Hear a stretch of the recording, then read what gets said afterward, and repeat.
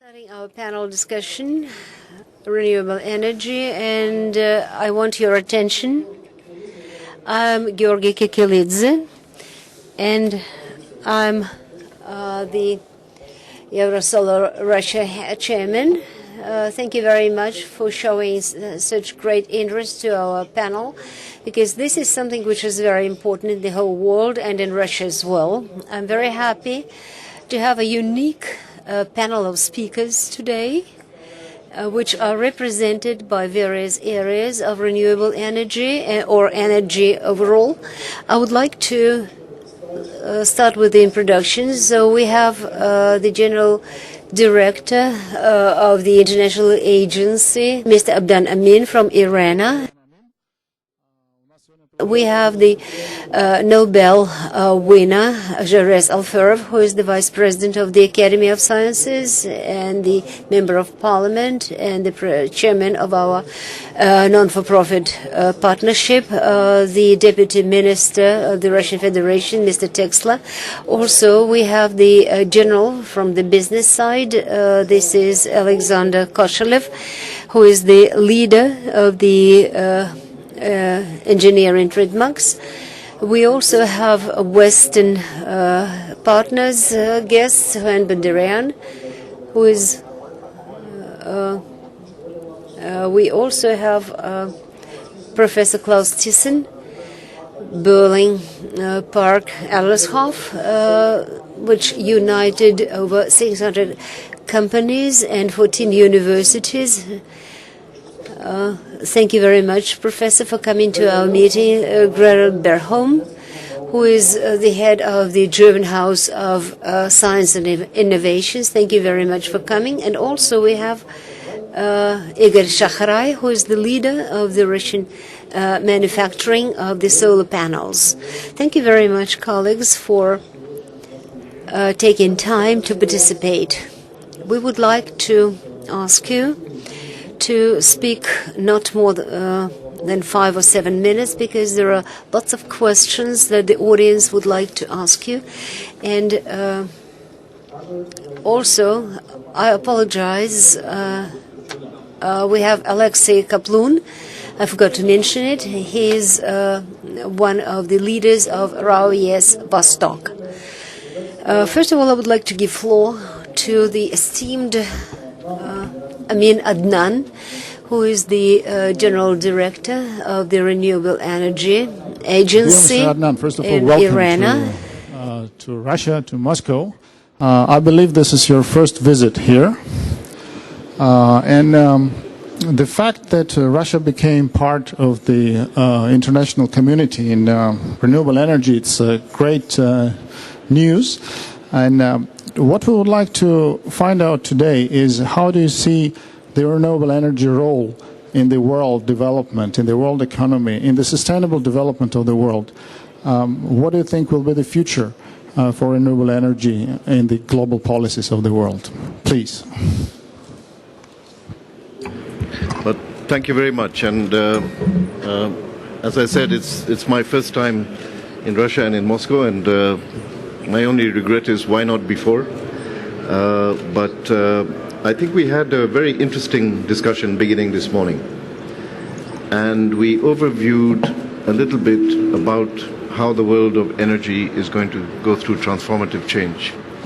And in this regard, you know, it came to my mind a very famous saying by the oil minister of Saudi Arabia after the 1973 oil crisis, very famous man called Sheikh Zaki Yamani, who said the Stone Age did not end because we ran out of stones, and the oil age will not end because we ran out of oil. And I think that gives you a very interesting perspective on how the world of energy is changing. I spoke about some of the numbers this morning. We are seeing dramatic growth in renewable energy investment. Last year, 270 billion worldwide, 14% increase on the year before. We expect even higher this year. We are seeing huge targets being announced by many countries.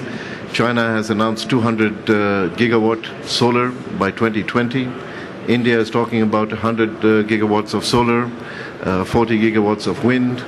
more and more markets around the world, we're seeing huge change. And why is this happening? Is not because everybody became an environmentalist yesterday. This is happening because we are seeing the emergence of a new technological model of change around which there is a very strong business case. The cost of technology has been declining. The knowledge framework on how we integrate new technology into a system or how we create a new system for energy is becoming more and more well known. And when we look forward, what we see is the beginning, and I think Minister Novak mentioned this, is the beginning of a new industrial revolution. We're absolutely convinced about this because the same way we made the transition from landline telephones. I remember when I was a kid, it never worked. You have to bribe the guy to come and fix it, and he would only fix it for 2 days, and you didn't have proper communication. We now have 90% mobile telephone penetration. It has revolutionized the way people communicate. We are seeing the same process beginning for the next energy revolution. How we produce, how we consume energy is going to change. Just look at some of the front-runner countries. If you take Germany, Germany has been at the forefront of investment in renewables. It was German public resources at a time when the technology was still expensive that took the first risk on investment, and as a result of that, the cost of technology began to decline. Today, solar technology is one of the most competitive in the world. At the end of last year, there was a solar capacity auction in Dubai. Alexei, you were there when we announced this. Came in with a price for 100 megawatts of solar PV for 5.84 US dollar cents per kilowatt hour. The lowest ever up to then. This year we have seen that beaten twice. We are seeing power generation from solar coming to around 5 cents. The new big plant in Nevada, we are going to see even generating at lower prices. Onshore wind is the same. The cost of onshore wind in some markets we are now seeing between 3 and 4 US dollar cents a kilowatt hour. Now, of course, all of this has to be done in a context. You cannot just start buying plant and installing it and see if it works. We have to develop a new policy framework. We have to develop a new investment framework. We have to look at what are the incentives for this. And we have to look forward about how the world of energy is going to change. We're going to have decentralized systems. Again, take Germany. Germany, the consumers started investing in solar. There are 1.5 million people today in Germany who are generating their own electricity and putting it into the shared grid. The business model for the traditional central utility, which generates centrally and distributes through its system, is finished. The big utilities in Germany were losing market value rapidly. We have to look for new forms of distribution. We have to look for new models of enterprise that are going to be able to produce and consume electricity in new ways. The best thing about this is that the technology is moving fast enough.